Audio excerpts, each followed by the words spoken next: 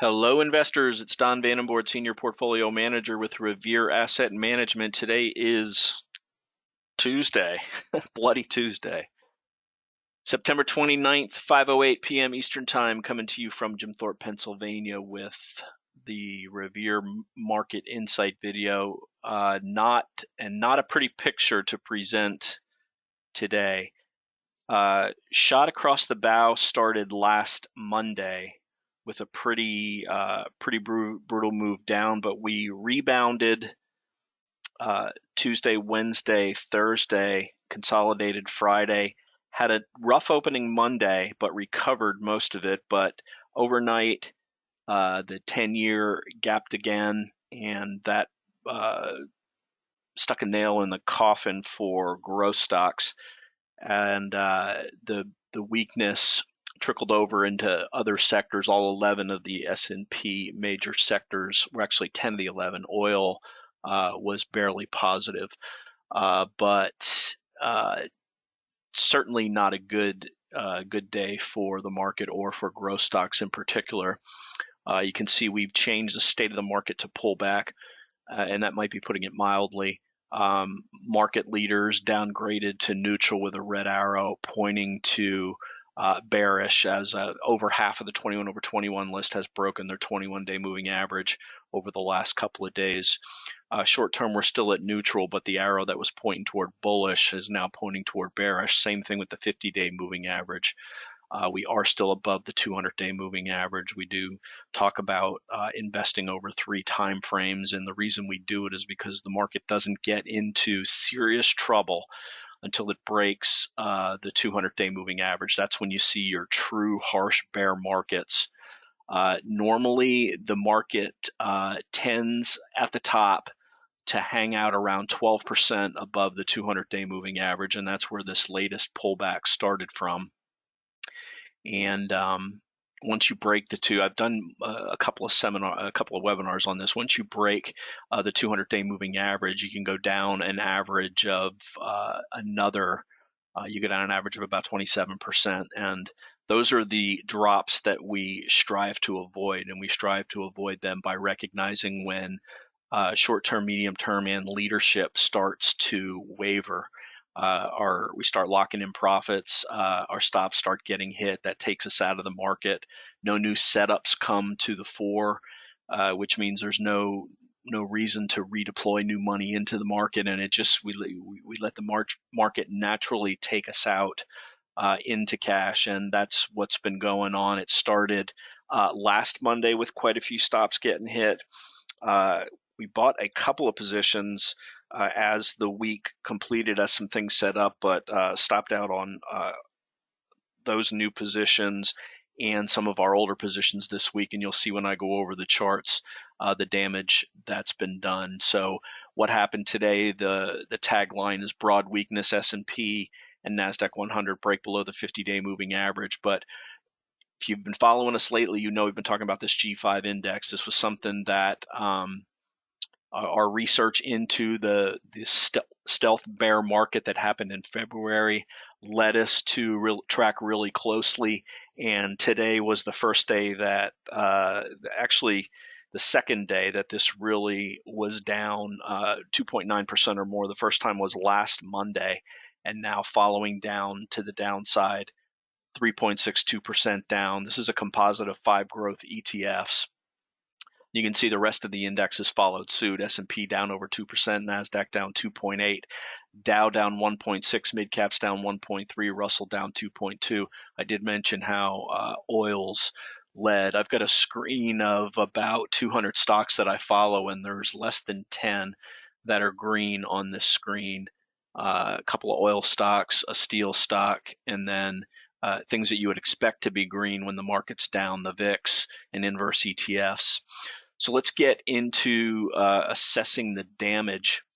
And really what I want to talk about is the decisions that we make on whether we're holding, we're selling, or we're hedging, and walk through the different scenarios and how we make those decisions. First, let's point you to the team at Revere. As I mentioned, we're a registered investment advisor that actively gets you out of the market when the market starts to go south.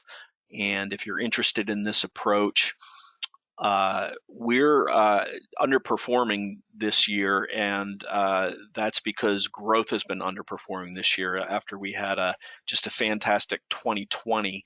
But we did a deep dive, as I mentioned, about the stealth growth market, and our new rules will get us out 8% from the top.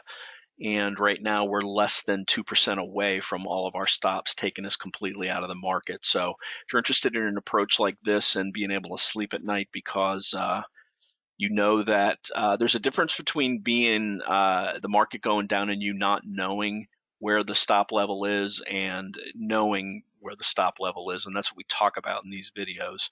And give us a shout if you're interested.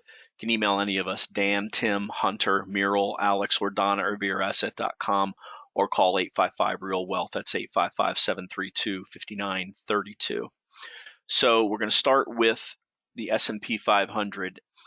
I mentioned several times we've been less than 2% from getting stopped out over the last couple of months, and this is another. Each of the last times the market bounced. This time the correction has gone a little bit deeper as we bounced off the 100-day moving average last week. But that bounce led us into the 21 and the 50, and we just couldn't get through that late last week. And now the big gap down this morning on the panic over the 10-year and closing at the lows of the day as selling was just really relentless. So we're sitting right above the 100-day moving average. So ordinarily, and I hate these overnight gaps, but you get them. We put a hedge on last Monday after we gapped below the 50-day moving average here because it was the first time it was broken and we could get it reasonably close to the 50-day.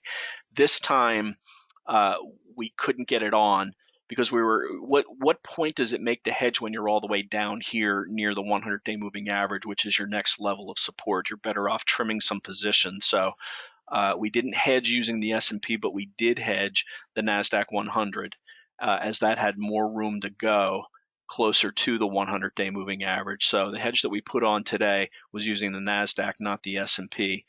This is the weaker of the indexes and has a little bit more room to go down. And it also is more in line with some of the positions that we were holding, the positions that survived what we sold last week. So again, you can see here, and the more weakness, this is undercut last Monday's low. Compare that to the S&P 500, which is hanging still above the gap low of last Monday. So relative weakness on the NASDAQ 100 from that standpoint. You can also see that on the relative strength line over the last week, lagging relative strength.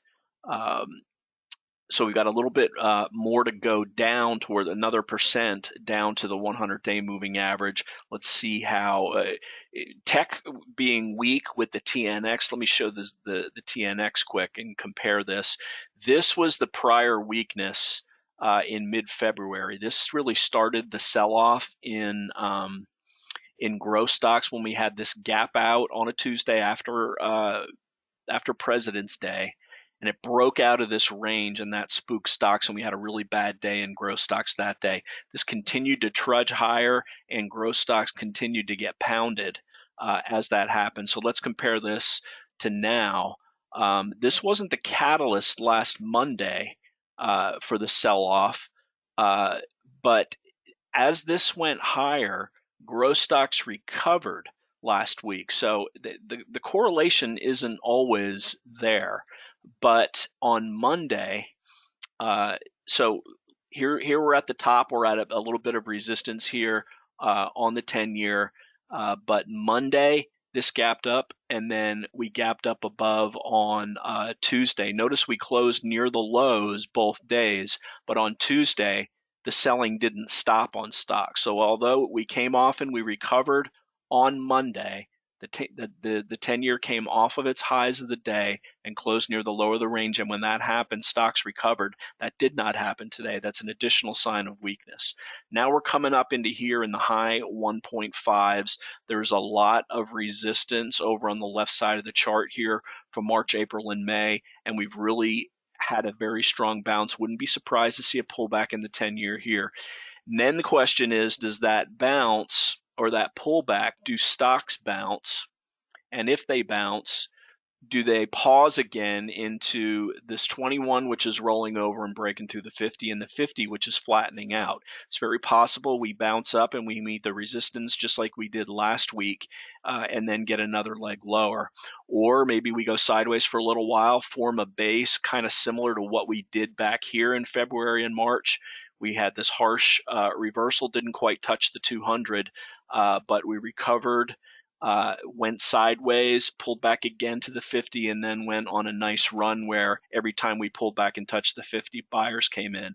Buyers did not come in this time when we broke the 50, and then sellers reappeared when we could not get back through the 50-day moving average. So this is certainly a less attractive scenario than we had a week ago on Monday leading into the bounce, but certainly we could bounce. We're always open for any scenario, and as I said, we've got a little more than 2% maximum exposure. We'll either be fully hedged or out of the market as our stops take us out.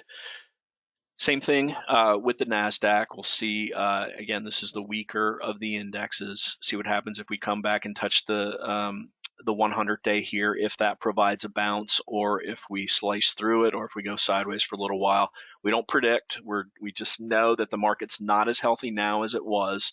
Our recent buys have been stopped out fairly quickly, and our stops that we raise as the stock goes higher have taken us out, and that's the feedback that the market's given you. And we don't try to pick bottoms or buy weakness. We buy weakness if it's constructive, meaning low volume into a supporting area. But with the volatility that's going on here, this is not a constructive pullback. Let's go to the Dow Jones Industrial Average.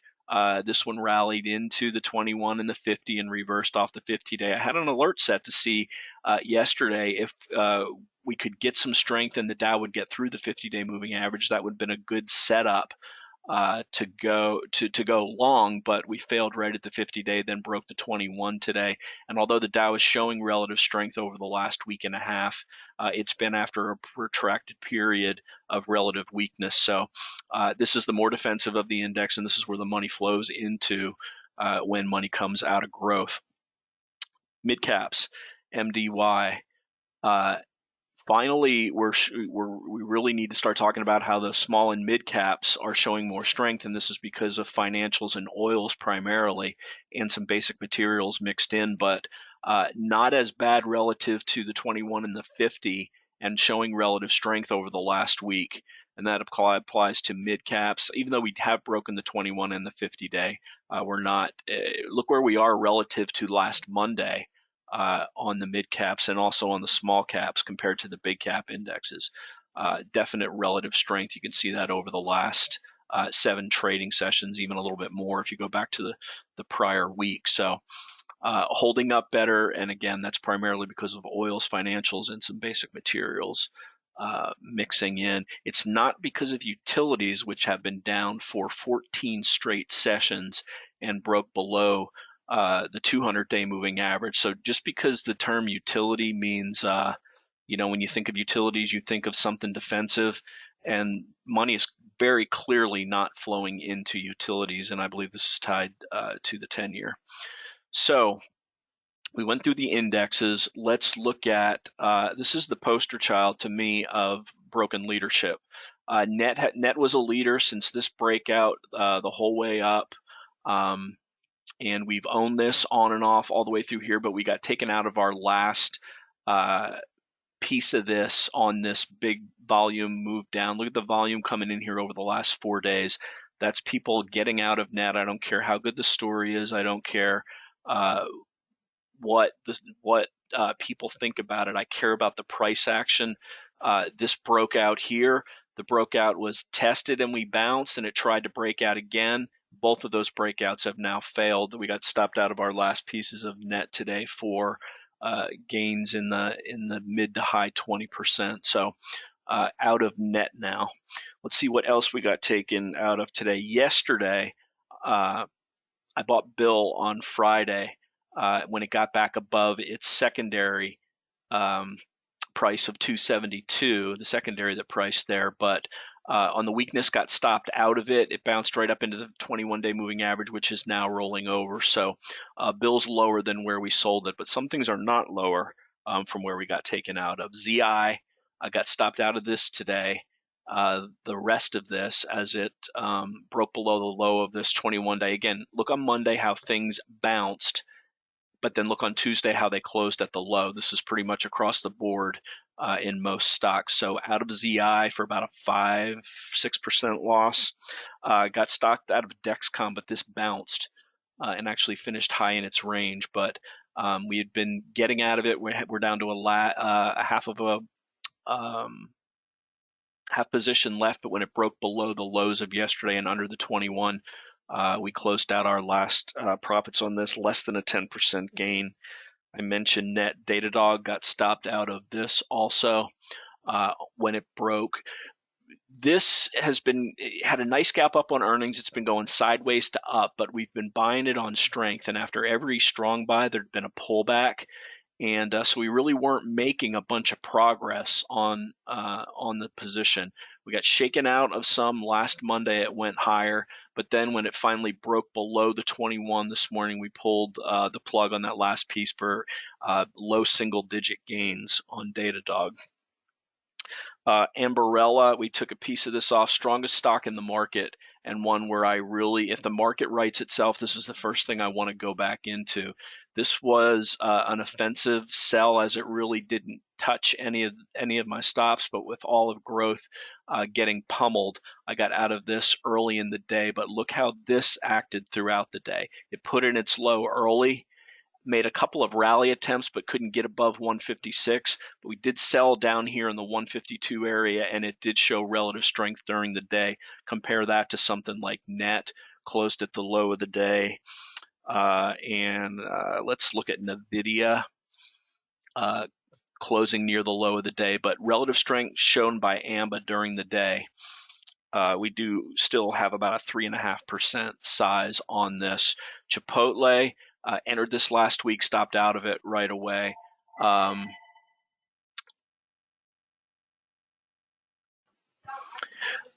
this last week. Undercup, it held the 21 yesterday, but when it broke the 21 and the 50 today, we got out of this for, we limit our losses to 0.2% on every position size, and this was within tolerance of that. But this is how you can tell that the market is really distributing across the board when strong leading stocks that, like CMG, just they go through the moving averages like butter. So stopped out on that today. Trimmed a little bit of NVIDIA. We do still have a portion of this with longer term gains on it, but this broke the 50-day moving average.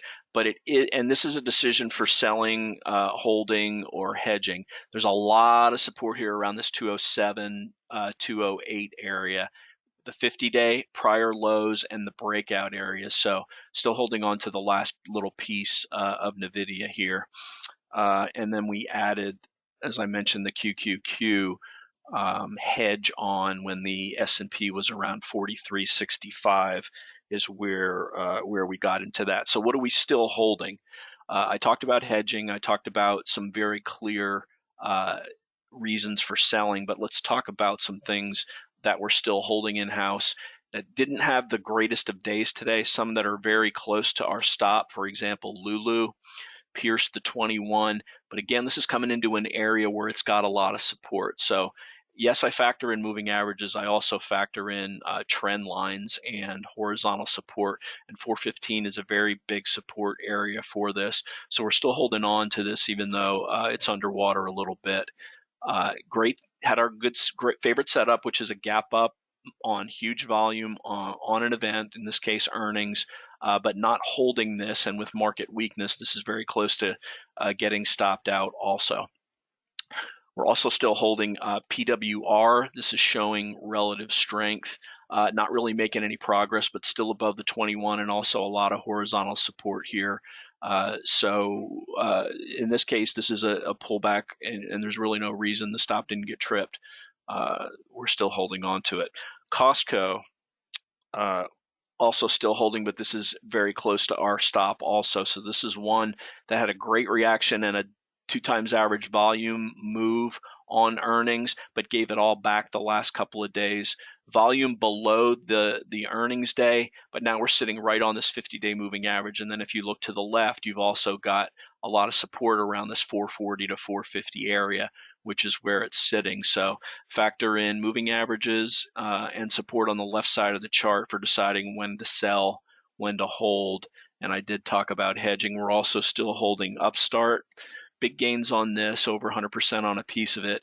And this bounced and closed mid-range. This 300 area is a big area here, and it's still 10% above the 21-day moving average. So based on the prior gains, the fact that it's really one of the biggest leaders in the market, we didn't ditch out of that today. I did mention how we're still holding AMBA. This is my second favorite of what's in the market. Very similar setup. Has support here on the left side of the chart here from the breakout area and the 150 half Livermore type area, and also still holding AFRM. Tough day on this today. Down 10%, and those last two are position sizes down to 2%. So these more volatile stocks, we have taken some profits in them. On the upside, Affirm pulling back, still above this support area over here, and still above the 21-day moving average. So those are the decisions that were made in-house today. A Hedge, 7 sells, another sell yesterday. Still holding on to 8 positions, plus a Hedge, plus long SSO, and we're evaluating what's going on with the market, the quality of the bounce, how it goes into any moving averages, along with how the leading stocks that are remaining. And then, of course, we're also factoring in the dollar. This has not been beneficial to stocks, the rising dollar. We talked about this in our podcast over the last weekend. So between the dollar and the 10-year, this is a double headwind facing stocks today. No surprise that they're pulling back as the dollar made its highest. You see this going all the way back to mid-April here. That resulted in a pullback that resulted in a nice uptrend in stocks, but we're in the exact opposite situation now. As this is really a big cup. We talked about this on a podcast, cup and handle that broke out. This pullback here on the dollar resulted in the last move up in stocks. When that reversed, that's coincided with this pullback the last couple of weeks in stocks. So we've got the dollar and we've got the 10-year TNX not in our favor right now. So you can't just judge the market based on its technicals. Its technicals are being impacted by what's going on with the dollar and the 10-year, and we're certainly watching all of them as well as watching the bottom line. And that's going to wrap it. You have any questions? As always, I'd like to hear from you. I'm on Twitter at Vandenbord, email don@revereasset.com, or phone 855-REAL-WEALTH.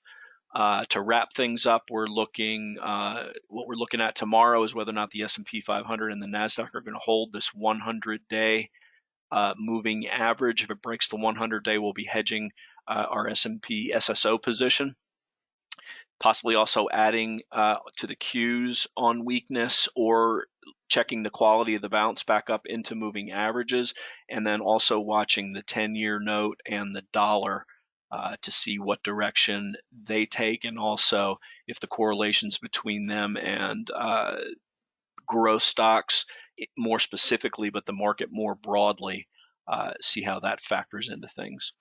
Thanks for listening. Have a great day.